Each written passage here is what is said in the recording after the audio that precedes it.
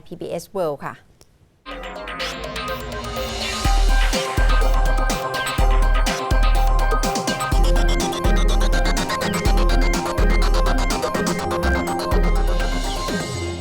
Good evening and welcome to the Thai PBS World. Last week, the new U.S. ambassador to Thailand has a video to launch and introduce himself to Thai society. And today he has a press briefing with reporters from different organizations. And Thai PBS has an interview with him. Today, Thai PBS has an interview with Michael de Sombry, the new U.S. ambassador to Thailand. The new ambassador was nominated by President Trump on July 17 of last year and confirmed by the United States Senate on January the 8th this year.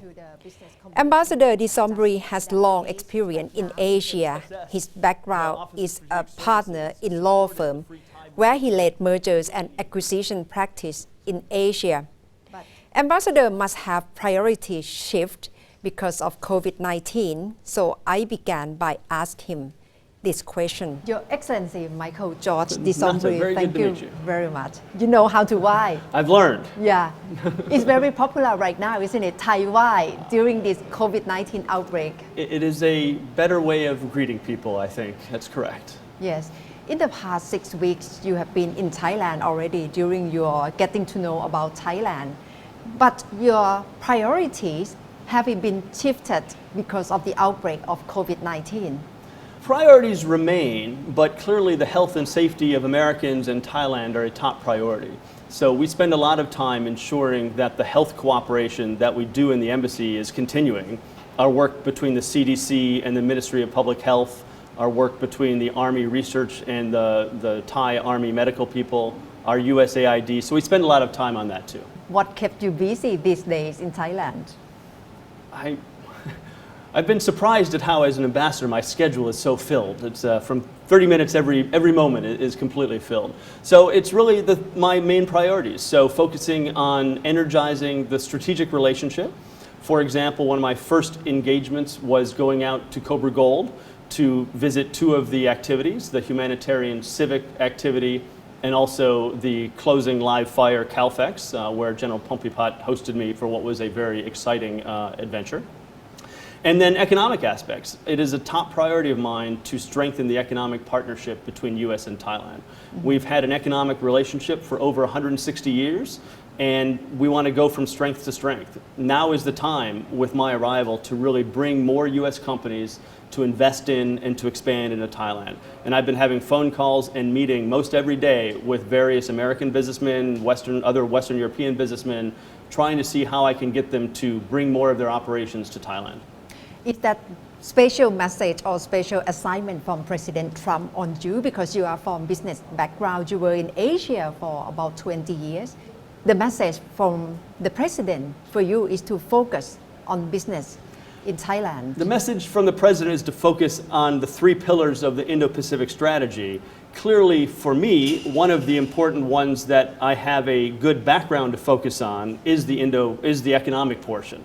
So yes, that's something that he specifically wants us to do here, is to expand the economic partnership between the United States and Thailand. You were the first political appointee ambassador in Thailand in 45 years. You must have something special character that President Trump trusts on you to take this role in Thailand. What is it? I am very honored to have this position.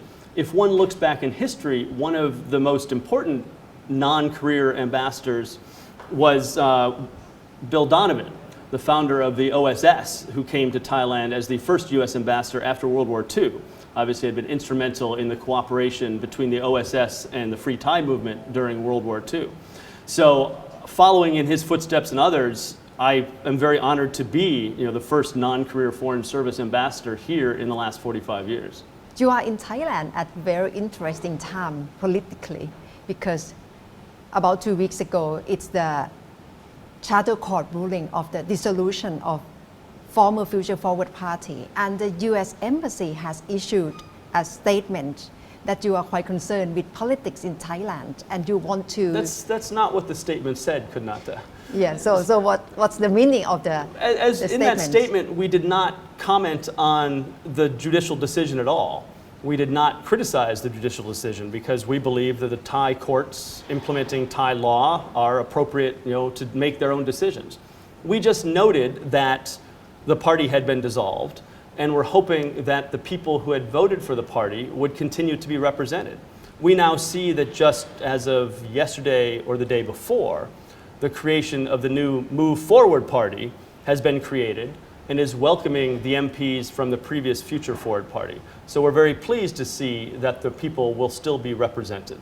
You said you want to emphasize on transparency, governance, and support democracy.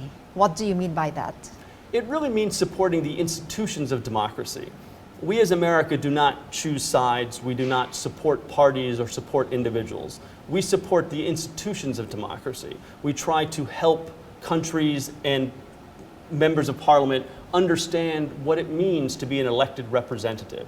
For example, we hosted at this residence a few months ago, before my arrival, many of the newly elected members of parliament to help them learn more about what it means to be a member of parliament, because many of them have never served before.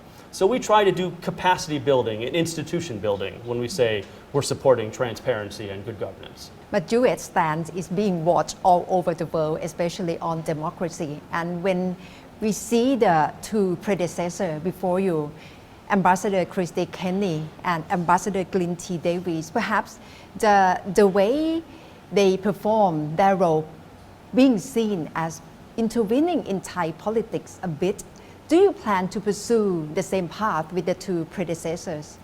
As I indicated, my plan is to support democracy, but not to support any specific parties or any specific individuals. Regarding the economic impact from the COVID-19, we see how the world is very much dependent on China, on supply chain, but it's been predicted that perhaps China economic growth will be about lower than 6%. From your business background, what do you see the effect on American investment in the region, and will that shape to the new geopolitics of the US in the region? That's a very good question, and one that I know many people are looking at the moment. I can give you my view.